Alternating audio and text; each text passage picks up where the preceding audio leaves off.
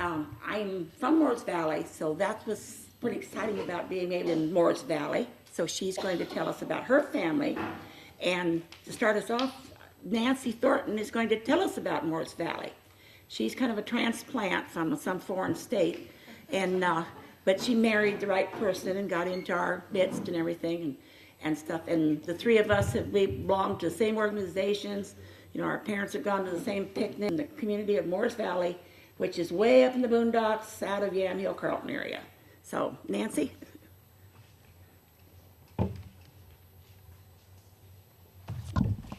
Okay, it's something that at least you're talking about something you know about.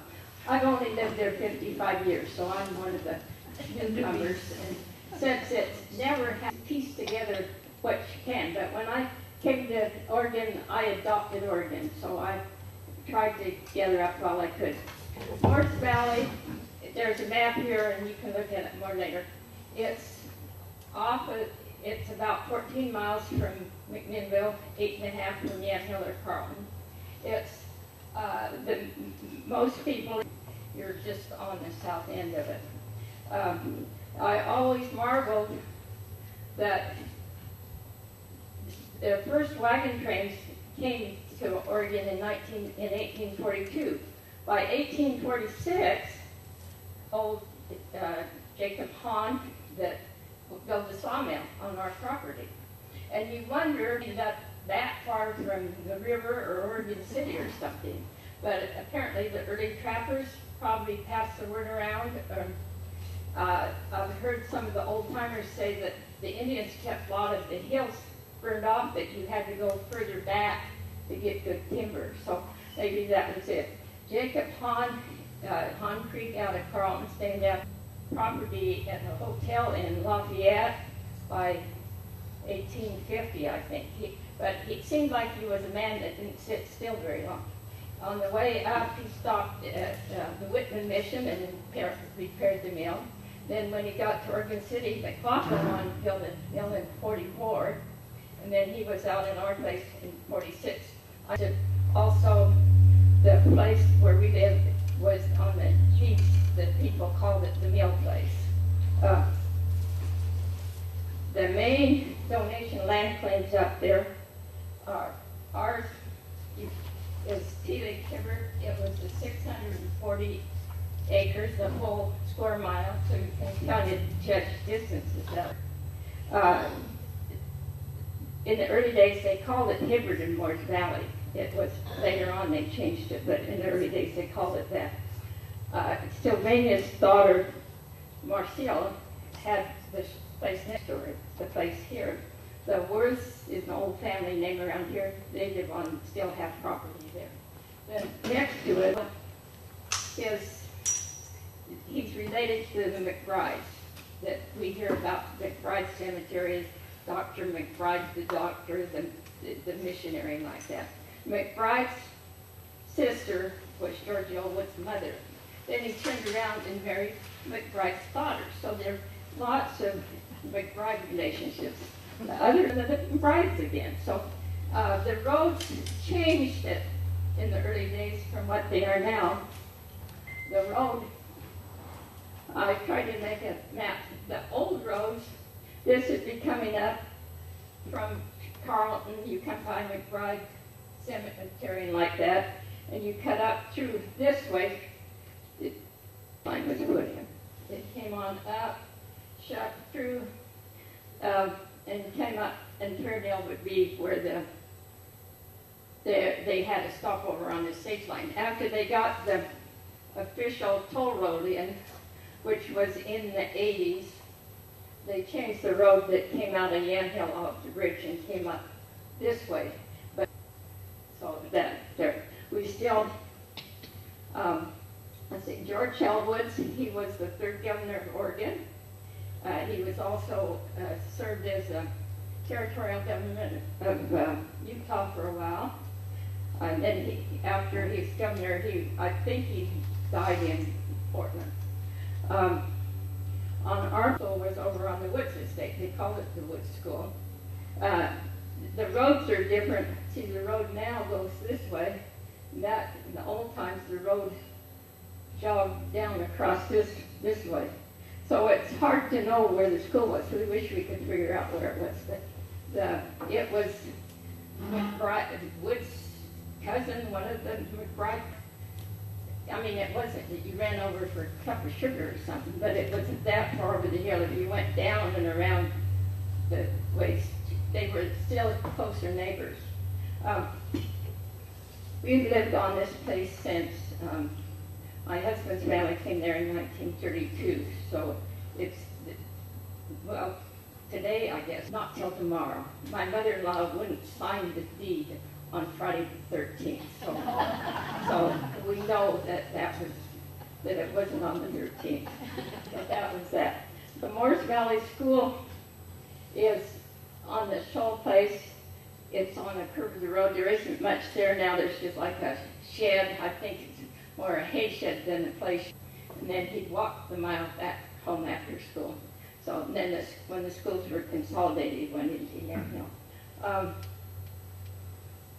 There is also, and there again, it's hard to realize that when the school was there, they had a Grange. Morris Valley didn't have a newspaper or post office, but they had a Grange, and it was a community hall in the events, and all the people in the valley you didn't have television. You looked forward to these little gatherings.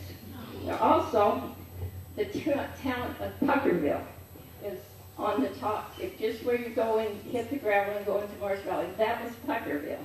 It's only Puckerville in the United States. The Simonses came out in the 800s. So that's Puckerville. If anybody ever asks you, that's where Puckerville is. There's no kissing. Maybe kissing cousins, I don't know.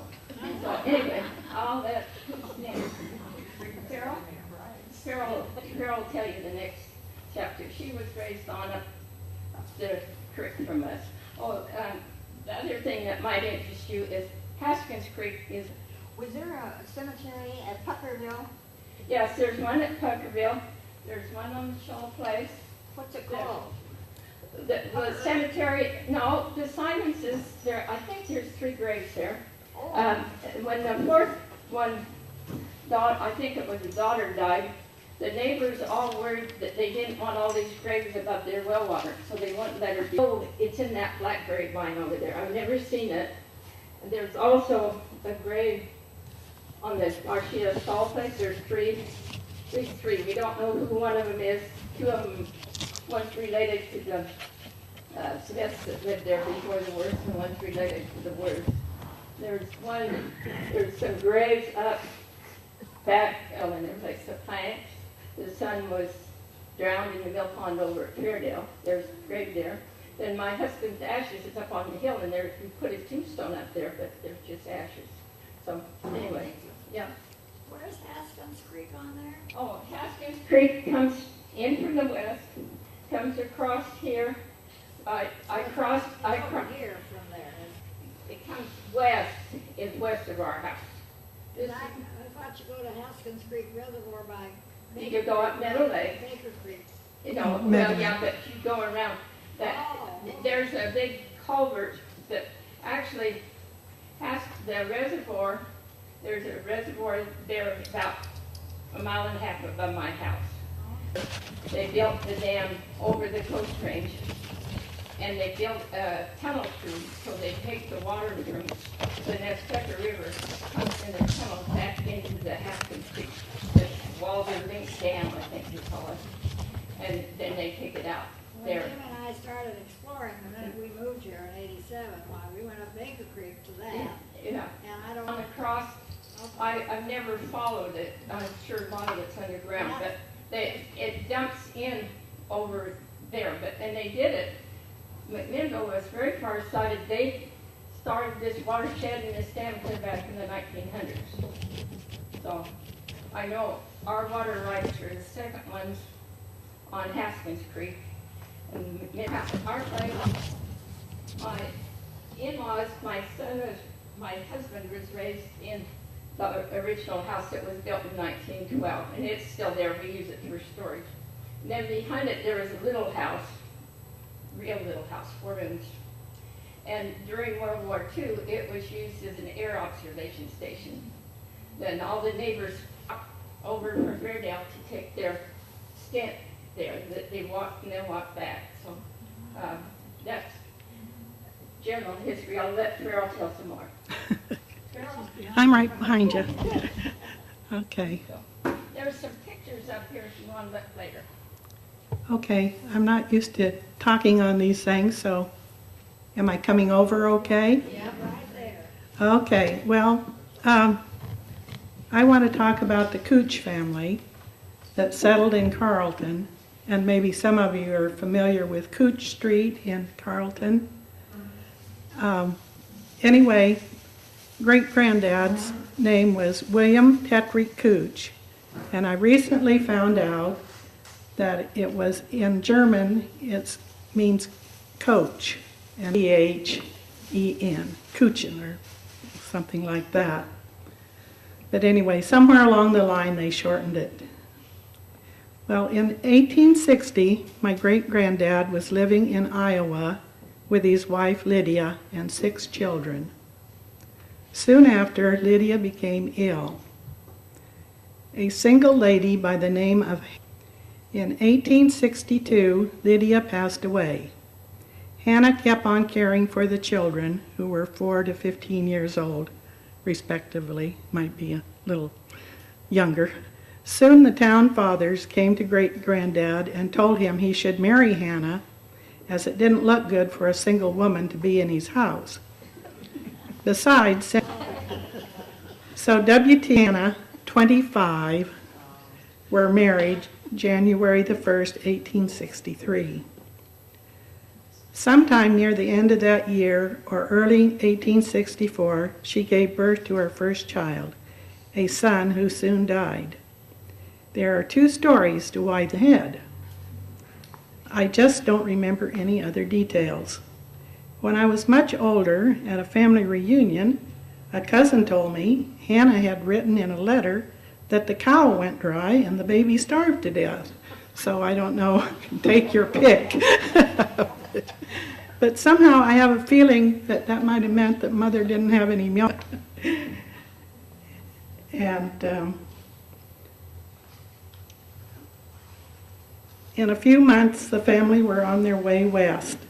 Hannah's mother and father and several brothers and sisters were in the train, and her brother John died on the plains, and I don't know any of those details.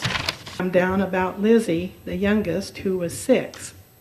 When they came to the steep mountains, everyone left the wagon to lighten the load, but Lizzie refused to walk. So great-granddad picked her up and set her beside the trail. Along in the afternoon, he rode back, and she was still sitting there. So he picked. One time, a granddaughter commented on how stubborn she could be. She raised 6 children and lived to be in her early 80s. Hannah had said if it wasn't for Frank, age 11, gathering wood and carrying water, she didn't think she would have made it. As it turned out, she was pregnant all the way. And supposed to have come across the plains in the wagon, and I suppose that when they stopped for the night, the rocking chair went out and she sat in it. And anyway, my mother said she sat in it a lot, but I hardly doubt that. And so, let's see. Granddad decided to spend the winter in a canyon near Baker City, where there was warm springs and miners' huts built of rock. He had brought a herd of cattle, so probably good grass was available. On January the 14th, 1865, my granddad, William Eldon, was Valley. So I was going to have some stickers and stick it on the board so you could see where it was, but it was just above where Nancy's property, where Nancy lives here. It's just up here, oh, probably a mile or a mile and a half up, about right in Valley. For a while, I should say.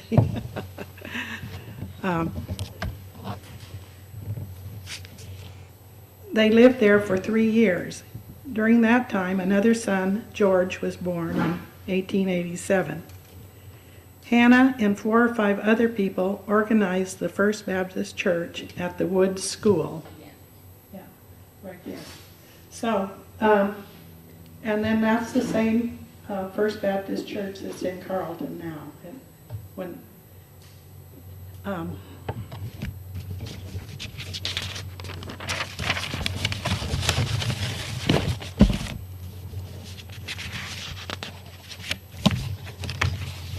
buy the north portion, 160 acres of the Peter Smith donation land claim. And that was the whole Carlton area was, and Grandpa had the north, you know where the main street is, Grandpa had the north side and the Smiths had the south side, in what became Carlton. Here they built a house and barns and lived the rest of their lives. Grandma was 81 and great-grandpa was 97 when they passed away. They were married over 50 years and raised 14 children. Well, 6 of them were the stepchildren that came across the plains with us, but they had 8 more. Live at Carlton, and pretty soon schools came and other amenities like the railroad and more children.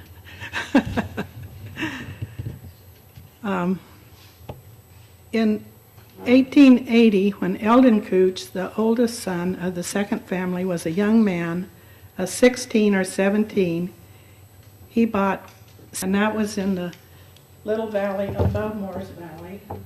They call it, it was named after him eventually, so it was Cooch Valley. And it's, right, yeah. They do have Cooch Creek for Cooch, for Grandpa. So it was up here. And it's about 2 miles from, 2.5 miles from where Nancy ran place, because that's where I was raised.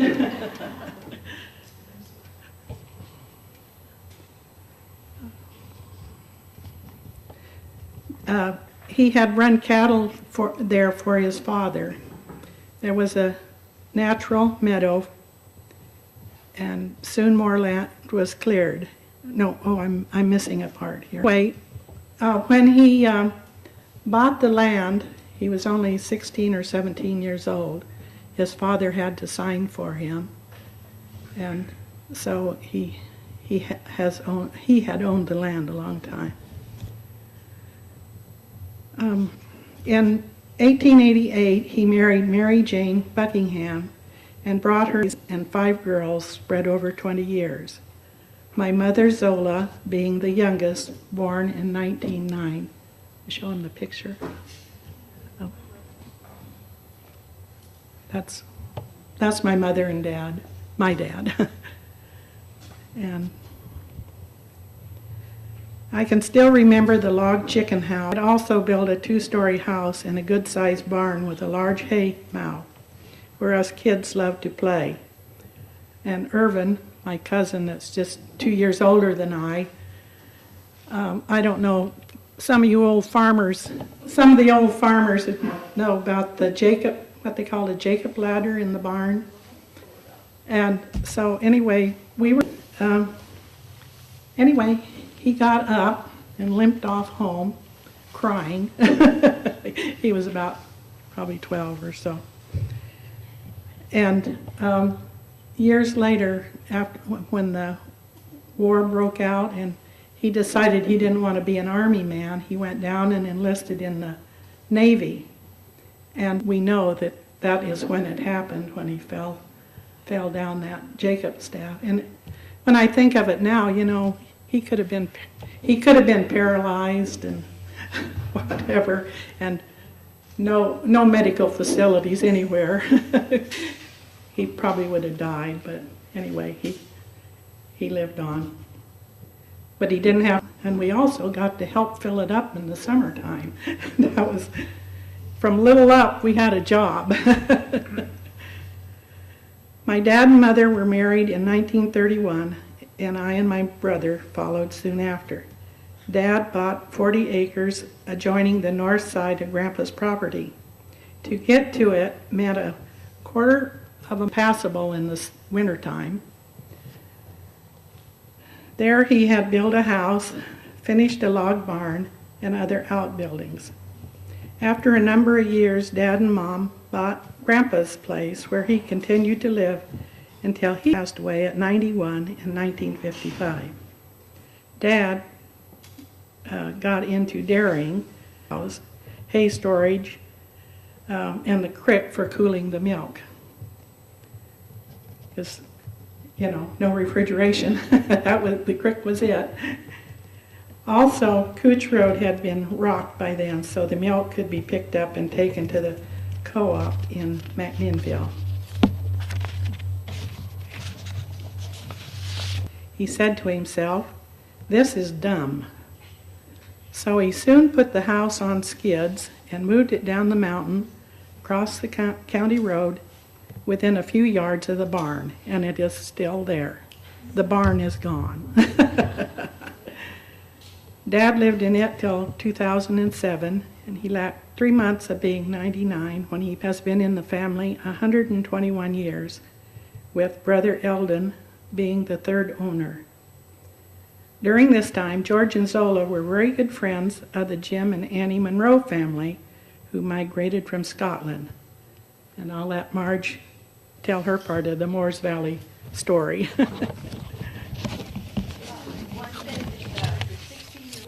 They didn't get electricity up there until 1961. Yeah.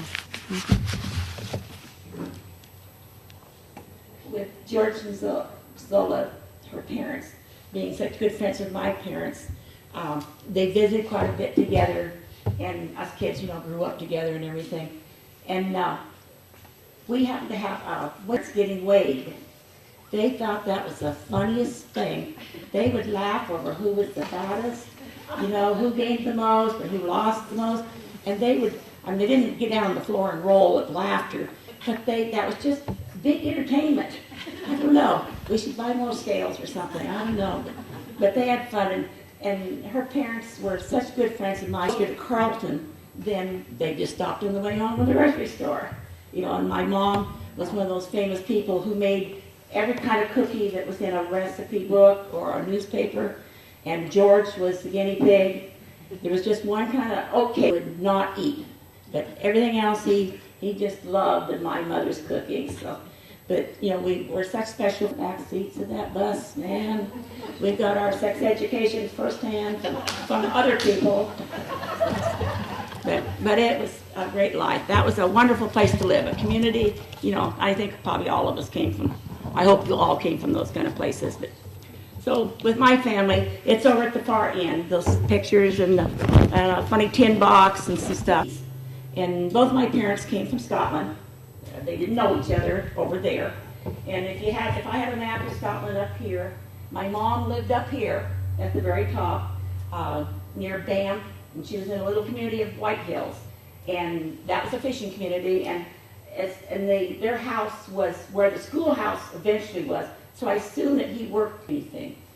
And then my dad's family lived down here on the right-hand side of the Scottish map, where St. Andrews was at, in that area. But he lived in the little community of Inch stuff. And his dad was a postmaster. And with my dad's family, South African War, I think is what England was probably in. But as a postman, I don't know why, but the story is that he was going to be drafted again in the English army. And he was almost in his 50s by this time. And to get away from that, he didn't want that again. And so they decided to come to America. So when he was ready for them to do that. And through a postcard to a friend of his, of my grandfather's, he wrote a postcard and said, "Dear so-and-so, would you get my family ready and get them on the boat?" On a postcard. Not saying on the postcard, but the information on the postcard and stuff. So that's how they came. And both of my ships that came from Glasgow, Scotland, and then they came by train. The Monroe family came directly to the Carlton area by train. My other part of my family stayed in Canada for quite a while. But Dad's family came right through Carlton, and they moved up into Moores Valley. And the only school that my dad went to in America was the Morris Valley School. And he's from, my dad's life was, pretty normal for any, country kid. And as far as I know, I don't really know what his father did, because his father got cancer a few years after he got here, after all that trouble.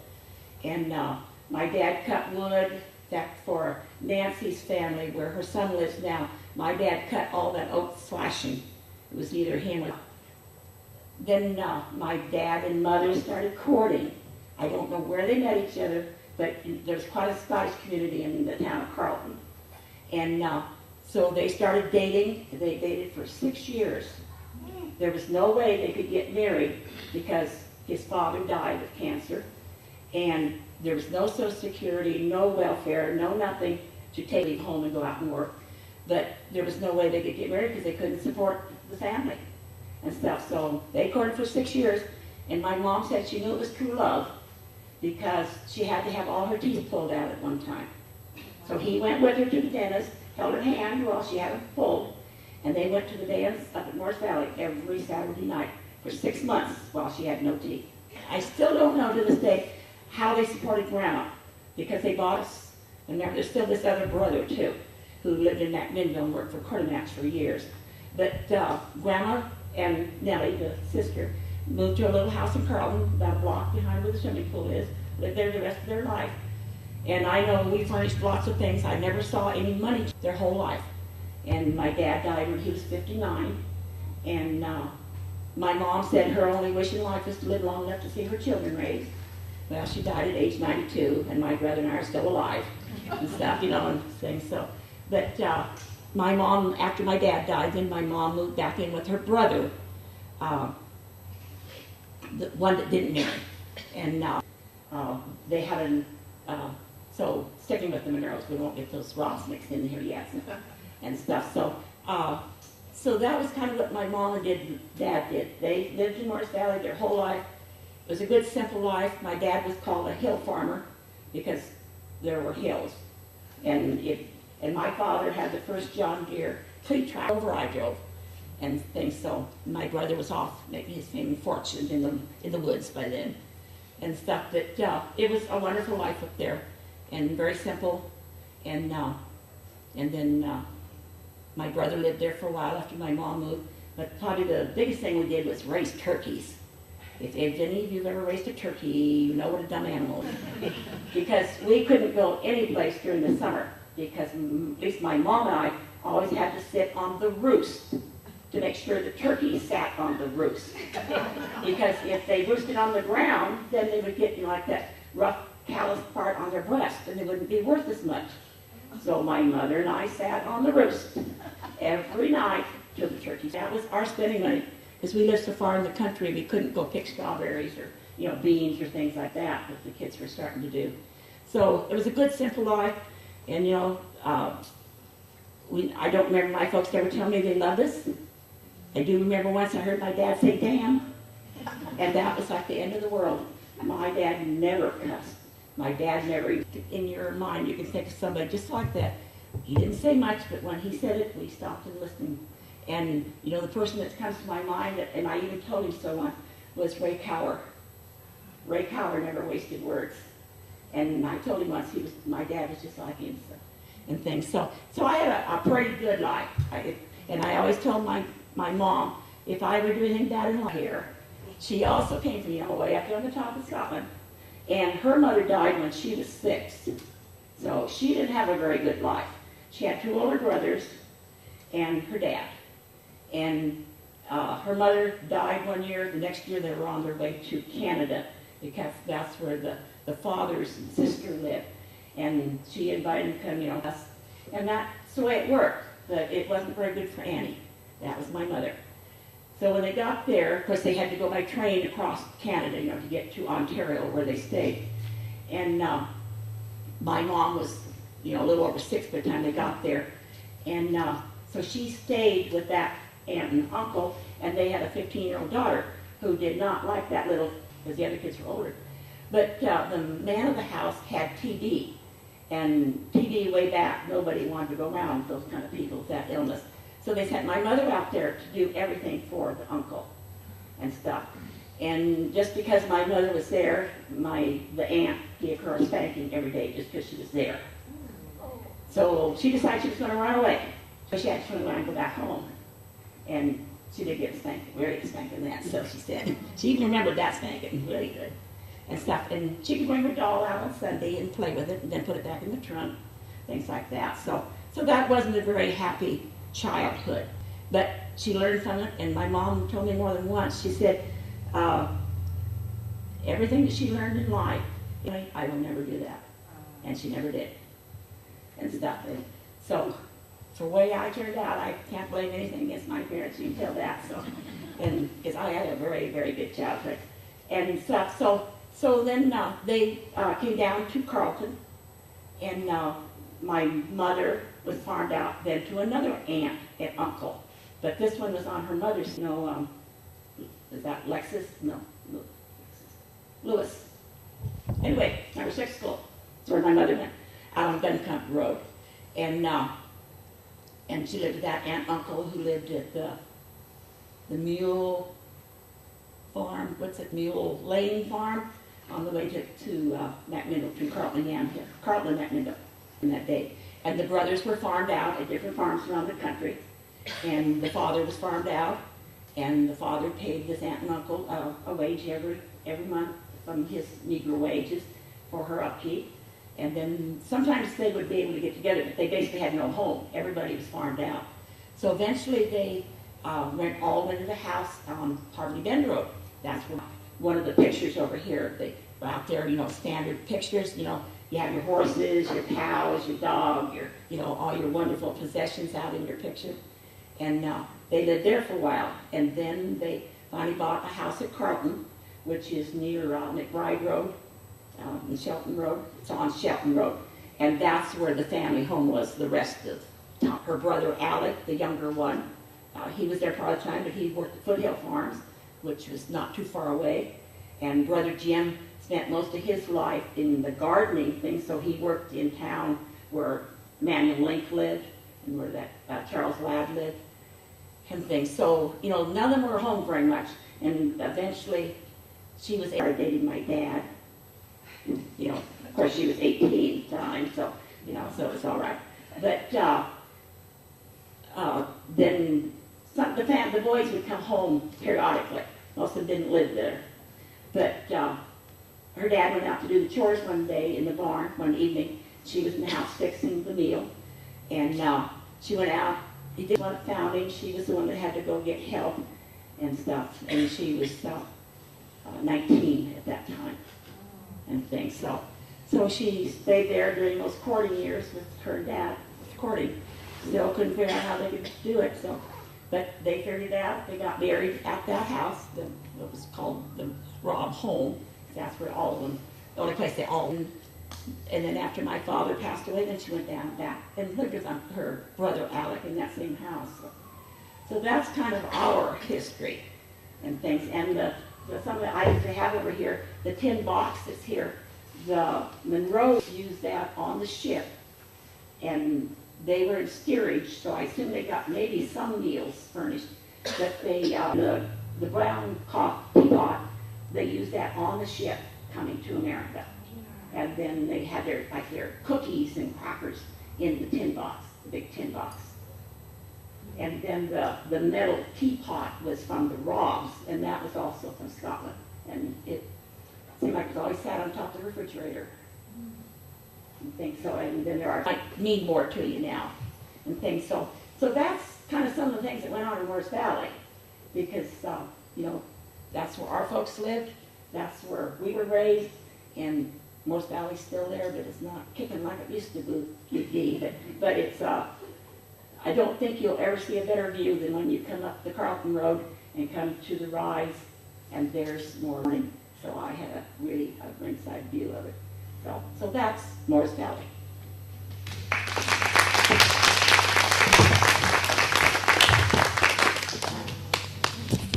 Thank you.